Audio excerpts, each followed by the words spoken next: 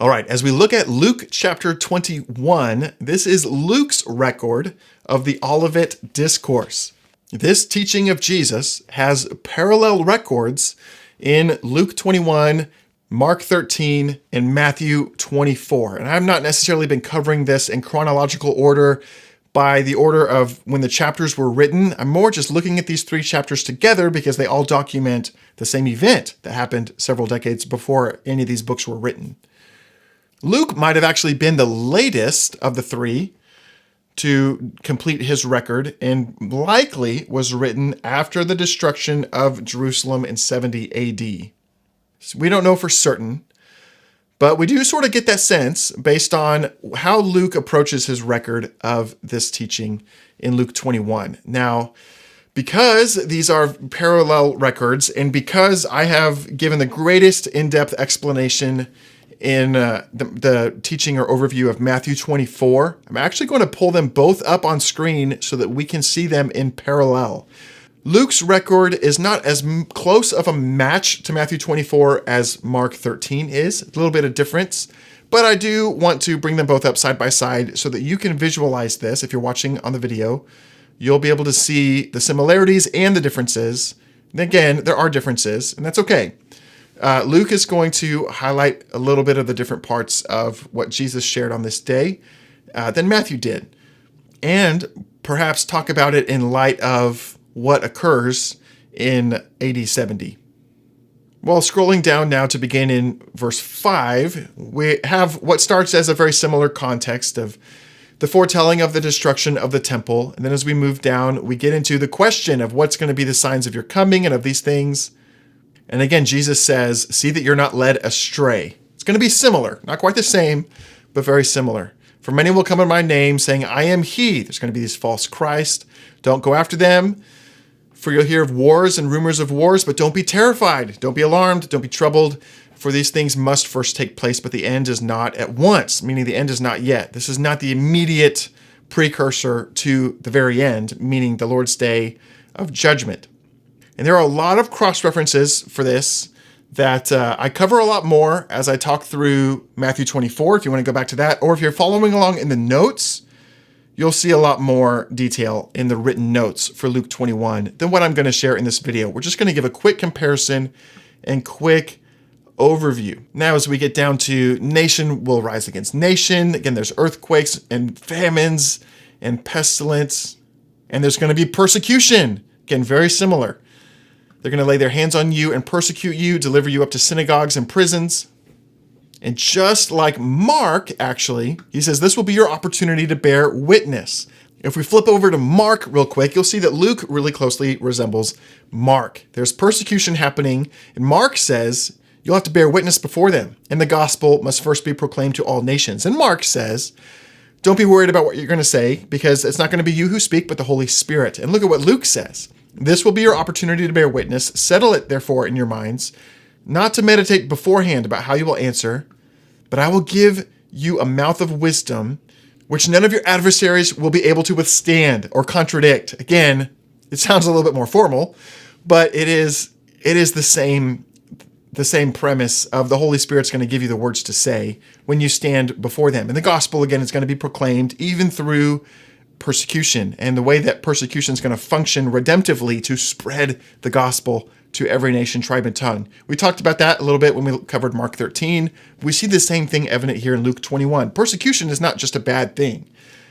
The Lord will use persecution redemptively to spread the gospel. And so the early church did not treat persecution as a sign that they were doing anything wrong.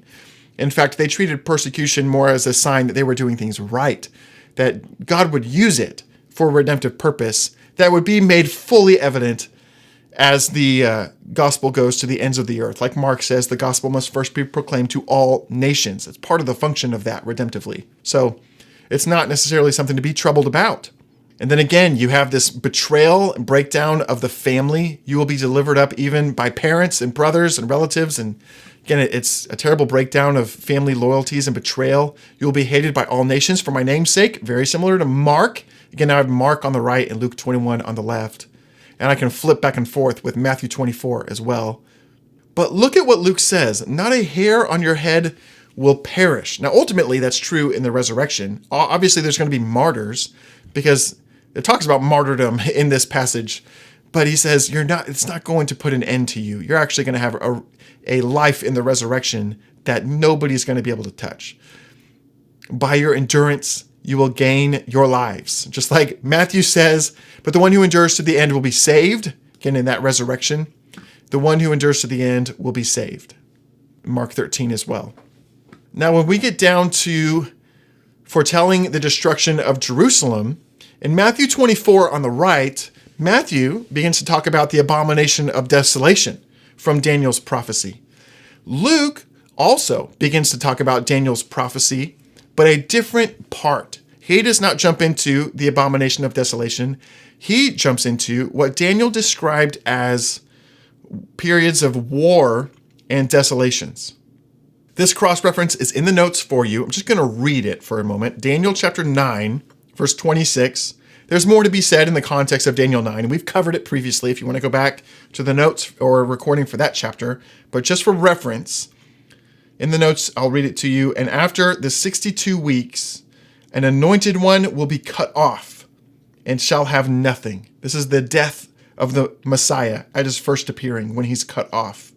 And the people of the prince who is to come, of the lineage of the Antichrist, or the lineage of even the serpent in the Garden of Eden, it's the wicked one, it's the lineage of the wicked, will come and destroy the city and the sanctuary. Its end shall come with a flood, and to that end there shall be war. Desolations are decreed. So there comes this period of desolations on Jerusalem and on Israel after the Messiah is cut off. That's what Daniel describes. Now let's read what Luke describes. But when you see Jerusalem surrounded by armies, as Daniel had predicted, then know that its desolation has come near. Let those who are in Judea flee to the mountains. Now this is very similar to what Matthew and Mark described about the abomination of desolation. Luke is applying it to the war desolations described in Daniel 9 when the Messiah is cut off. Let those who are inside the city depart. Everybody flee. Alas, for those who are pregnant, he does not include the part about praying about when that day will be. For there will be a great distress upon the earth and wrath against his people, not unlike any time in history. Now down here, Matthew and Mark both say it's a tribulation unlike any time in history. Luke does not say that because the war desolations are not unlike any time in history. They're a cycle that repeats throughout history. When it comes to Antiochus Epiphanes, when it comes to Rome in 70 AD, when it comes to even Hitler in World War II, there will be great distress upon the earth and wrath against this people, against the Jews. They will fall by the edge of the sword and be led captive among the nations, and Jerusalem will be trampled underfoot by the Gentiles until the time of the Gentiles are fulfilled. Now this would be considered fulfilled in 70 AD and in the decades and centuries since, and will have an ultimate fulfillment with what the Antichrist is going to do against Jerusalem at the end of the age. So that period of war desolations concludes with the activity of the Antichrist at the end of the age. But Luke is talking about this in a far broader sense of everything from the time when the Son of Man is cut off, the time when the Messiah is killed, all the way to the time of the end of the age. That's quite different than to talk about the abomination of desolation. And appropriately, Luke does address it differently. But then we get to the coming of the Son of Man, and there will be signs in the sun and moon and stars, in the earth, distress of nations and perplexity because of the roaring of the sea and the waves. And again, I've crossed references for Old Testament language that Jesus may have very well been referring to here.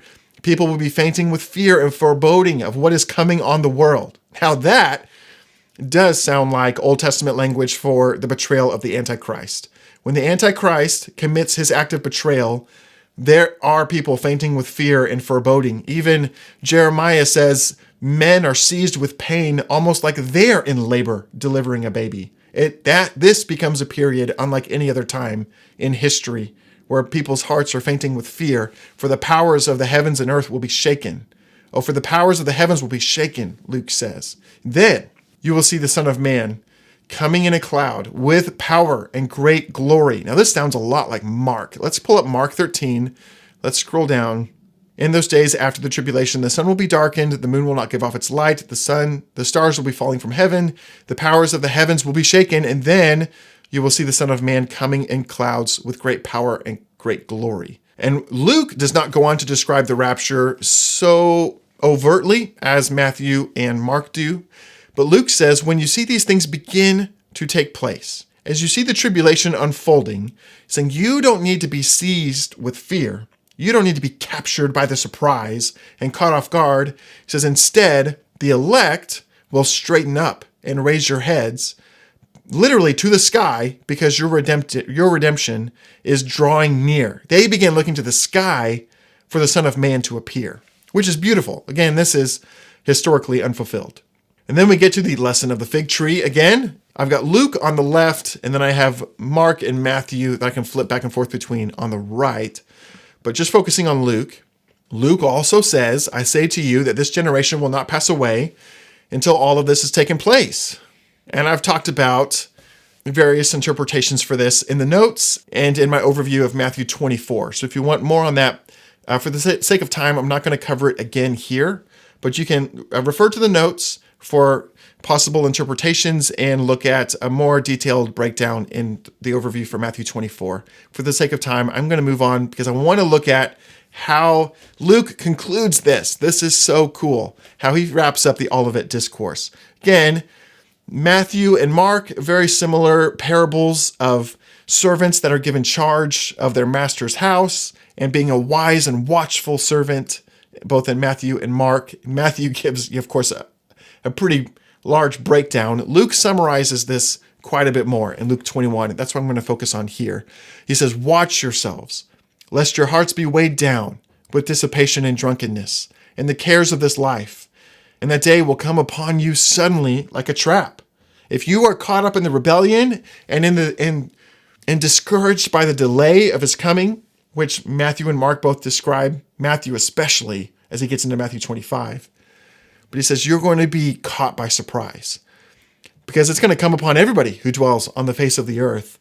But he said, stay awake at all times. Doing what? How are we being watchful? Luke gives us something more practical than just be watchful as a generic statement.